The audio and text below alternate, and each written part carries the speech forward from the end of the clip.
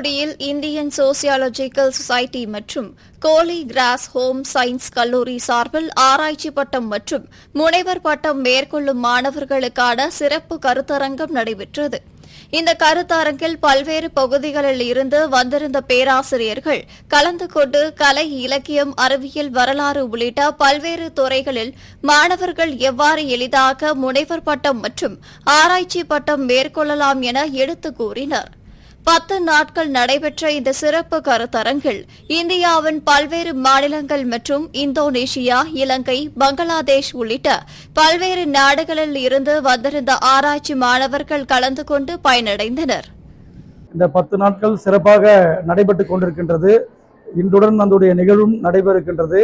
இந்த நிகழ்விற்கு பல்வேறு உலக நாடுகளில் இருந்து, குறிப்பாக இந்தோனேஷியா, ஸ்ரீலங்கா, ரஷ்யா, பங்களாதேஷ் போன்ற உலக நாடுகளிலிருந்து கலந்து கொண்டிருக்கின்றார்கள். அது மட்டுமல்லாமல் இந்தியாவிலிருந்து அனைத்து மாநிலங்களிலும் இருந்தும் கல்லூரி மற்றும் பல்கலைக்கழகங்களுடைய பேராசிரியர்கள் மற்றும் முனைவர் பட்ட ஆய்வாளர்கள், முதுகலை மாணவர்கள் என்று அனைவரும் இந்த நிகழ்வில் கலந்து கொண்டிருக்கின்றார்கள். இந்த நிகழ்வில் 500க்கும் மேற்பட்டோர் நேரடியாகவும் 500க்கும் மேற்பட்ட பேராசிரியர்கள் மற்றும் முனைவர் பட்ட ஆய்வாளர்கள் இணைய வழியாகவும் கலந்து கொண்டிருக்கின்றார்கள். இந்த நிகழ்ச்சியை இந்தியன் சோசியாலஜிக்கல் சொசைட்டி உடன் இணைந்து இந்த தூத்துக்குடியில் உள்ள ஹோலி கிராஸ் கல்லூரியும் இந்த நிகழ்வு சிறப்பாக நடத்தி கொண்டிருக்கின்றது. இந்த நிகழ்வுக்கு வருகை தந்திருக்கக்கூடிய அத்துணை பேராசிரியர்களுக்கும் முனைவர் பட்ட ஆய்வாளர்களுக்கும் தங்களுடைய ஆய்வு கட்டுரைகளை எப்படி எழுத வேண்டும், ஒரு சிறப்பான ஒரு ஆய்வு கட்டுரையை எந்த அளவில் இருக்கணும், குவாலிட்டி ஆஃப் த ரிசர்ச் எப்படி இருக்கின்ற ஒரு நோக்கத்திற்காக இந்த நிகழ்வு நடந்து கொண்டிருக்கின்றது. சேலம் 4 ரோடு பகுதியில் தனியார் மால் செயல்பட்டு வருகிறது. இந்த மாலில் பல்வேறு கடைகள், உடற்பயிற்சி நிலையம் செயல்பட்டு வருகின்றன. இந்த நிலையில் அங்குள்ள உடற்பயிற்சி நிலையத்திற்கு வந்த நந்தினி என்ற இளம்பெண் ஒருவர் அங்குள்ள லிப்டினை உபயோகப்படுத்தியுள்ளார். அப்போது மின்சாரம் தடைப்பட்டதால் அவர் லிப்டின் உள்ளே மாட்டிக்கொண்டு உள்ளார். இதனை கண்ட அங்கிருந்த மக்கள் அளித்த தகவலின் பேரில் சம்பவ இடத்திற்கு வந்த தீயணைப்பு துறையினர் சுமார் 30 நிமிடங்கள் போராடி லிப்டினுள் இருந்த இளம்பெண்ணை பத்திரமாக மீட்டனர். பாண்டிச்சேரி டாட்ஜ்பால் அசோசியேஷன் சார்பில் தேசிய அளவிலான 3வது சப் ஜூனியர் டாட்ஜ்பால் போட்டி உப்பளம் ராஜீவ்காந்தி உள் விளையாட்டு அரங்கில் இன்று தொடங்கி 2 நாட்கள் நடைபெறுகிறது. போட்டியினை சட்டமன்ற உறுப்பினர்கள் செந்தில், ஆறுமுகம், கென்னடி ஆகியோர் தொடங்கி வைத்தனர். இதில் புதுச்சேரி, தமிழ்நாடு, கர்நாடகா, ஆந்திரா, கேரளா, ஜம்மு காஷ்மீர், ராஜஸ்தான் என 15 மாநிலங்களைச் சேர்ந்த அணிகள் பங்கேற்றுள்ளன. இதில் 15 ஆண்கள் அணியும் 10 பெண்கள் அணிகள் என 200க்கும் மேற்பட்ட வீரர், வீராங்கனைகள் பங்கேற்று விளையாடுகின்றனர். தமிழகத்தில் வளிமண்டல மேலடுக்கு சுழற்சி காரணமாக அடுத்த 48 மணி நேரத்திற்கு பல்வேறு இடங்களில் மழை பெய்யும் என வானிலை ஆய்வு மையம் எச்சரிக்கை விடுத்துள்ளது. இந்நிலையில் சென்னை புறநகர் பகுதிகளான கிளாம்பாக்கம், வண்டலூர், ஊரப்பாக்கம், கூடுவாஞ்சேரி, சிங்கப்பெருமாள் கோவில், மறைமலை நகர் உள்ளிட்ட பல்வேறு பகுதிகளில் சுமார் 1 மணி நேரத்திற்கும் மேலாக இடைவிடாத கனமழை பெய்தது. இதனால் இந்த பகுதி முழுவதுமே வெப்பம் தணிந்து குளிர்ச்சியான சூழல் நிலவுகிறது. இதனால் மக்கள் மகிழ்ச்சி அடைந்துள்ளனர்.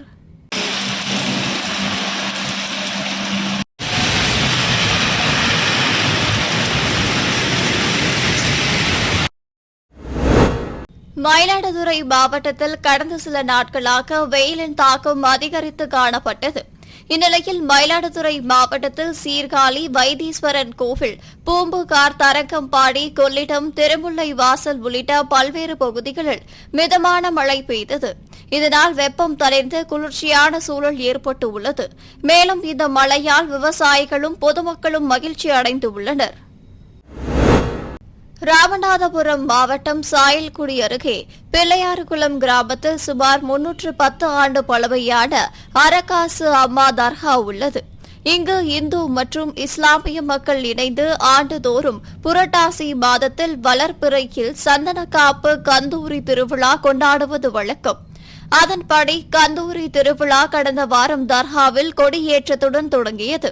இதனையடுத்து தினமும் உலக நன்மை, மழை, விவசாயம் செழிக்க சிறப்பு மௌலீது ஓதப்பட்டு கூட்டு பிரார்த்தனை நடைபெற்றது. பின்னர் தற்போது தர்காவில் புனித சந்தனம் அக்தர் பூசும் நிகழ்ச்சி நடைபெற்றது. இந்த சமுதாய நல்லிணக்க விழாவில் கடலாடி, கவுதி, முதுகுளத்தூர், சாயல்குடி, கீழக்கரை, ஏர்வாடி பகுதியைச் சேர்ந்த பொதுமக்கள் கலந்து கொண்டனர். விழாவில் பங்கேற்ற பொதுமக்களுக்கு அசைவ விருந்து வழங்கப்பட்டது. நாமக்கல் மாவட்டம் ராசிபுரம் அடுத்த வேளம்பாளையம் மற்றும் தொப்பம்பட்டி, ஜேடர்பாளையம் போன்ற பகுதிகளில் தெருநாய்கள் அதிக அளவில் சுற்றித் திரிவதாக கூறப்படுகிறது. இந்நிலையில் தோப்பப்பட்டி காட்டுக்கொட்டாய் காளியம்மன் கோவில் தெருவை சேர்ந்த ராகினி என்பவர் காட்டு வேலைக்கு சென்றபோது வெறிநாய் கடித்து உள்ளது. இதேபோல் அதே பகுதியைச் சேர்ந்த பள்ளி மாணவன் ஸ்ரீதரன், பழனியம்மாள், குமார் ஆகியோரையும் நாய் கடித்து உள்ளது.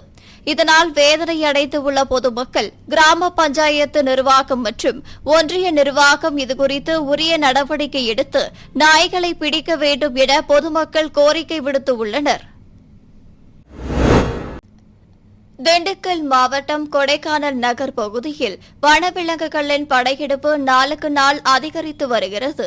இந்த நிலையில் கொடைக்கானலில் சுற்றுலா பயணிகள் மற்றும் பொதுமக்கள் அதிகம் கூடக்கூடிய ஏரி சாலை, அண்ணா சாலை பகுதிகளில் தொடர்ந்து காட்டெருமை உலா வருவது குறித்து பலமுறை புகார்கள் அளித்தும் காட்டெருமையை கட்டுப்படுத்துவதில் வனத்துறையினர் மெத்தனம் காட்டி வருகின்றனர். இந்நிலையில் கொடைக்கானல் வெல்பட்டி பிரதான சாலையில் உள்ள டிப்போ பகுதியில் காட்டெருமை கூட்டங்கள் நடந்து வந்த நிலையில் இருசக்கர வாகனத்தில் அமர்ந்திருந்தவரை தாக்க முயன்றபோது அவர் தப்பித்து ஓடிய காட்சிகள் சமூக வலைதளங்களில் வைரலாகி வருகிறது. தேனியில் தமிழ்நாடு மாநில ஊரக வாழ்வாதார இயக்கத்தின் சார்பில் கிராமப்புறங்களில் வாழும் குழந்தைகள், வளரிளம் பருவத்தினர், கர்ப்பிணி பெண்கள், பாலூட்டும் தாய்மார்கள் மற்றும் முதியோர்கள் ஆகியோர்களுக்கு போதிய ஊட்டச்சத்து விழிப்புணர்வு ஏற்படுத்த ஊட்டச்சத்து 600 திருவிழா நடத்தப்பட்டது. இதில் தேனி மாவட்டத்தில் 8 வட்டாரங்களில் உள்ள மகளிர் உதவிக்குழுக்கள் கலந்து கொண்டனர்.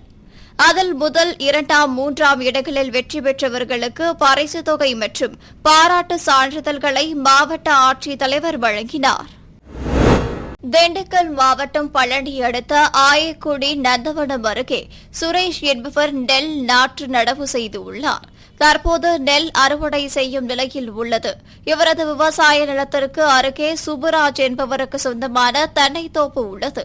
இந்நிலையில் இவர்களது விவசாய நிலத்தில் நுழைந்த 7 காட்டு யானைகள் அறுவடைக்கு தயாராக இருந்த நெல் மற்றும் தென்னை மரங்களை சேதம் செய்துள்ளது. இதனால் வேதனையடைந்துள்ள விவசாயிகள் யானைகளை விரட்டும் பணியில் ஈடுபட வேண்டும் என்றும் பாதிக்கப்பட்ட விவசாயிகளுக்கு உரிய இழப்பீடு வழங்கவும் கோரிக்கை விடுத்துள்ளனர்.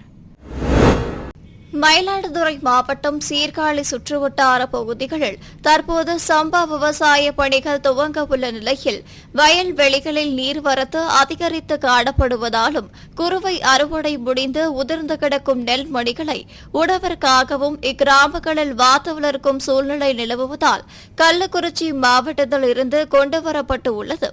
டெல்டா மாவட்ட பகுதியில் வாத்துக்கள் மேய்வதற்கான நெல் வயல்களும் அதிகமாக உள்ளதால் மேய்ச்சலுக்காக வருடம் இங்கு வாத்துக்கள் கொண்டுவரப்படுகிறது. மேலும் வயல்வெளிகளில் மேயும் 1000க்கும் மேற்பட்ட வாத்துக்களின் ரம்மியமான நடை அழகு பார்ப்போரை வியப்பில் ஆழ்த்துகிறது. திருவண்ணாமலை மாவட்டம் வந்தவாசியில் செயல்பட்டு வரும் வந்தவாசி முகமது இஸ்மாயில் நினைவு அறக்கட்டளை வழியாக தமிழ்நாடு அரசின் திறன் மேம்பாட்டுக் கழகம் மூலம் இலவச திறன் மேம்பாட்டு பயிற்சி பெற்றவர்களுக்கு சான்றிதழ் வழங்கும் விழா நிறுவனர் ரஹமத்துல்லா தலைமையில் நடைபெற்றது. பெண் குழந்தைகளை காப்போம், பெண் குழந்தைகளுக்கு கற்பிப்போம் என்ற திட்டத்தின் கீழ் 25 பெண்களுக்கு 45 நாட்களுக்கான இலவச தையல் பயிற்சி அளிக்கப்பட்டது. இதில் சிறப்பு அழைப்பாளராக கலந்து கொண்ட தமிழ்நாடு திறன் மேம்பாட்டுக் கழகத்தின் திருவண்ணாமலை மாவட்ட உதவி இயக்குநர் தியாகராஜன், மாவட்ட சமூக நலத்துறை அலுவலர் நே சரண்யா ஆகியோர் வழங்கினர். இந்நிகழ்ச்சியில் மாவட்ட துணை பயிற்சி அலுவலர் சாம்ராஜ், பயிற்றுநர் ஜாய் ஜான்சி ராணி உள்ளிட்ட பலர் கலந்து கொண்டனர். முன்னாள் முதலமைச்சர் கலைஞரின் 100ஆண்டு விழாவை ஒட்டி கடலூர் ஊராட்சிக்கு உட்பட்ட கோட்டூர் பகுதியில் சிறப்பு மருத்துவ முகாம் ஊராட்சி ஒன்றிய தொடக்கப் பள்ளியில் நடைபெற்றது. இதனை கடலூர் சட்டமன்ற உறுப்பினர் ஐயப்பன் துவக்கி வைத்தார். இந்த மருத்துவ முகாமில் பொது மருத்துவம், கண் மருத்துவம், பல் மருத்துவம் என தனித்தனியாக மருத்துவம் மற்றும் சிகிச்சைக்கான வழிமுறைகள் வழங்கப்பட்டன. இந்நிகழ்ச்சியில் மருத்துவர் பிரவீன் ஐயப்பன் மற்றும் ஊராட்சி மன்ற துணைத் தலைவர் சாந்தி பழனிவேல் மற்றும் பொதுமக்கள் பலர் கலந்து கொண்டனர். கடலூர் அதன் சுற்றுவட்டார பகுதிகளான செம்மண்டலம், சாவடி, கோண்டூர் மற்றும் திருப்பாதி, புலியூர், பாதிரிகுப்பம், கூத்தப்பாக்கம் ஆகிய இடங்களில் பரவலாக மழை பெய்தது. கடந்த சில நாட்களாக வெயில் வாட்டி வந்த நிலையில் இந்த மழையின் காரணமாக வெப்பம் தணிந்து குளிர்ச்சியான சூழல் நிலவுவதால் பொதுமக்கள் மற்றும் விவசாயிகள் மகிழ்ச்சியடைந்து உள்ளனர். ராமநாதபுரம் மாவட்டம் திருவாடானை ஊராட்சி ஒன்றியத்திற்கு உட்பட்ட அமரன்வயல் கிராமத்தில் 80க்கும் மேற்பட்ட குடும்பங்கள் வசித்து வருகின்றனர்.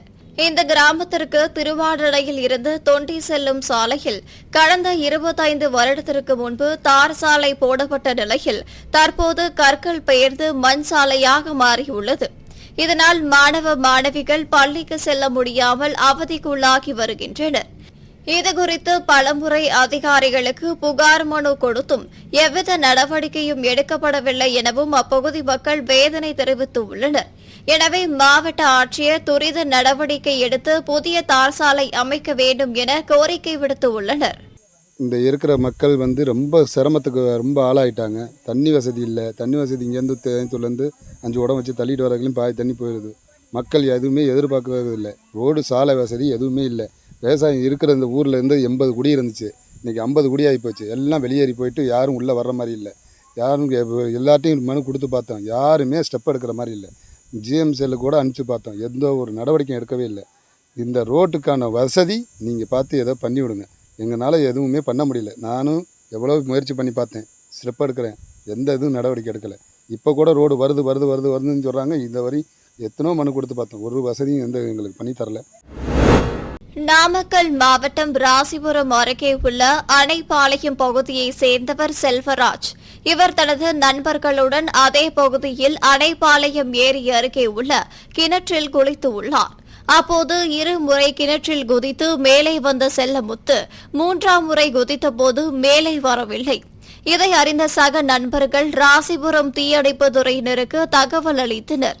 அதன் பேரில் சம்பவ இடத்திற்கு வந்த ராசிபுரம் தீயணைப்பு துறையினர் செல்லமுத்துவின் உடலை மீட்டு பிரேத பரிசோதனைக்காக ராசிபுரம் அரசு மருத்துவமனைக்கு அனுப்பி வைத்து இச்சம்பவம் குறித்து வழக்கு பதிவு செய்து விசாரணை மேற்கொண்டு வருகின்றனர்.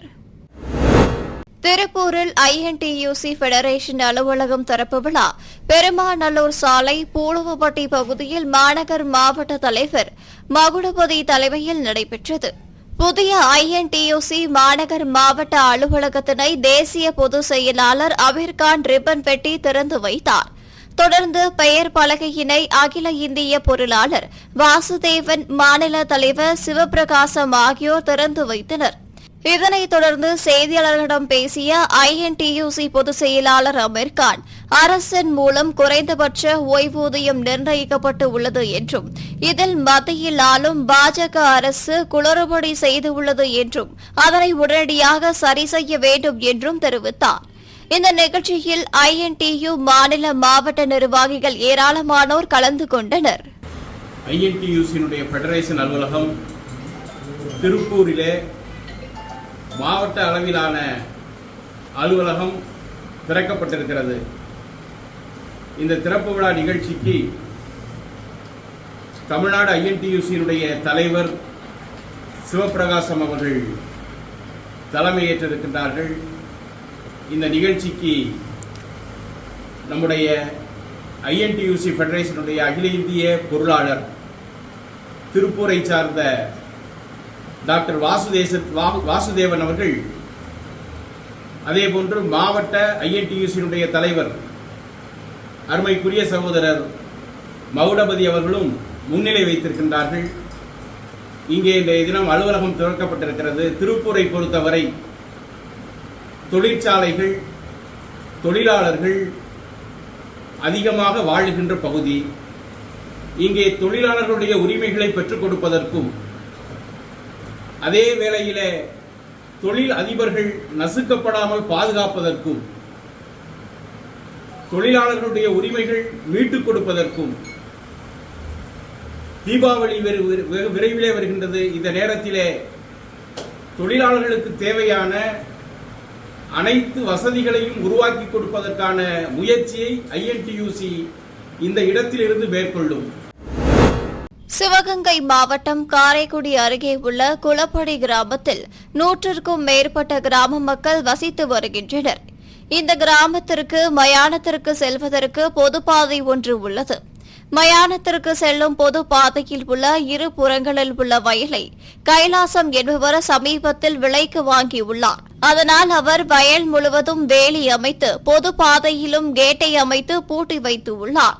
இந்நிலையில் குளப்படி கிராமத்தில் 70 வயது முதியவர் சுப்பையா என்பவர் உடல்நிலை சரியில்லாமல் இறந்ததை தொடர்ந்து அவரது உறவினர்கள் அவரது உடலை அடக்கம் செய்ய எடுத்து வந்தபோது சுடுகாட்டிற்கு செல்லும் பொழுது பாதை பூட்டு போட்டு அடைக்கப்பட்டிருந்தது. அதனைத் தொடர்ந்து அவரது உறவினர்கள் அந்த கேட் முன்பு இறந்தவரின் உடலை வைத்து போராட்டத்தில் ஈடுபட்டு உள்ளனர். பின்னர் இதுகுறித்து தகவல் அறிந்து சம்பவ இடத்திற்கு வந்த சாக்கோட்டை காவல்துறையினர் மற்றும் வருவாய்த்துறையினர் பூட்டப்பட்டிருந்த கேட்டின் பூட்டை உடைத்து இறந்தவரின் உடலை அடக்கம் செய்ய எடுத்து செல்ல நடவடிக்கை எடுத்தனர். திருவாரூர் நகராட்சி அலுவலகத்தில் பணிபுரியும் தூய்மை பணியாளர்களுக்கு 3 மாதங்களுக்கு ஒருமுறை பொது மருத்துவ முகாம் நகர்மன்றத்தின் வழிகாட்டுதலின்படி நடைபெற்று வருகிறது. அதன்படி திருவாரூர் நகராட்சி அலுவலகத்தில் தூய்மை சேவை திட்டத்தின்படி 152 தூய்மை பணியாளர்கள் பயன்பெறும் வகையில் கண் பரிசோதனை முகாமினை நகர்மன்ற தலைவர் புவன பிரியா செந்தில் தொடங்கி வைத்தார். இந்த கண் சிகிச்சை முகாமில் கும்பகோணம் டாக்டர் அகர்வால் கண் மருத்துவமனை டாக்டர் சதீஷ்குமார் தூய்மை பணியாளர்களுக்கு கண் பரிசோதனை செய்து கண்புரை, கருவிழி சேவை, விழித்திரை சிகிச்சைக்கு மருத்துவமனையில் சிகிச்சை பெற பரிந்துரை செய்தார். மேலும் தூய்மை பணியாளர்களுக்கு தூர பார்வை, கிட்ட பார்வை பரிசோதிக்கப்பட்டு விலையில்லா கண்ணாடி வழங்க ஏற்பாடு செய்யப்பட்டது. இதில் நகர்மன்ற துணைத் தலைவர் அகிலா சந்திரசேகர், ஆணையர் பிரபாகரன், துப்புரவு அலுவலர் சாமிநாதன், ஆய்வாளர் தங்கராமு உட்பட சுகாதார அலுவலர்கள், நகராட்சி அலுவலர்கள் என பலர் கலந்து கொண்டனர். தேனி மாவட்ட நிர்வாகம் மற்றும் சுற்றுலாத்துறை சார்பில் பிரசித்தி பெற்ற சுருளி அருவியில் சாரல் திருவிழா இன்று முதல் வரும் அக்டோபர் 2ஆம் தேதி வரை நடைபெற உள்ளது. இதனை மாவட்ட ஆட்சியர் சஜீவனா ரிப்பன் வெட்டி துவக்கி வைத்தார். மேலும் சுற்றுலா, வேளாண், தொடக்கக்கலை, சமூக நலன் மற்றும் கூட்டுறவு உள்ளிட்ட பல்வேறு அரசு துறை சார்பில் அமைக்கப்பட்டுள்ள கண்காட்சி அரங்குகளை பார்வையிட்டார். இதனை அடுத்து விழாவில் பேசிய ஆட்சியர் சஜீவனா, சாரல் திருவிழாவை ஒட்டி இன்று முதல் 5 நாட்களுக்கு சுற்றுலா பயணிகள் சுருளி அருவிக்கு செல்வதற்கான வனத்துறை சார்பில் வசூலிக்கப்படும் நுழைவு கட்டணம் ரத்து செய்யப்படுவதாக அறிவித்தார். இவ்விழாவில் ஸ்ரீவில்லிபுத்தூர் மேகமலை புலிகள் காப்பக துணை இயக்குநர் ஆனந்த், உத்தமபாளையம் வருவாய் கோட்டாட்சியர் தாட்சாயினி உட்பட பல்வேறு அரசு துறை அதிகாரிகள் மற்றும் மக்கள் பிரதிநிதிகள் என ஏராளமானோர் பங்கேற்றனர்.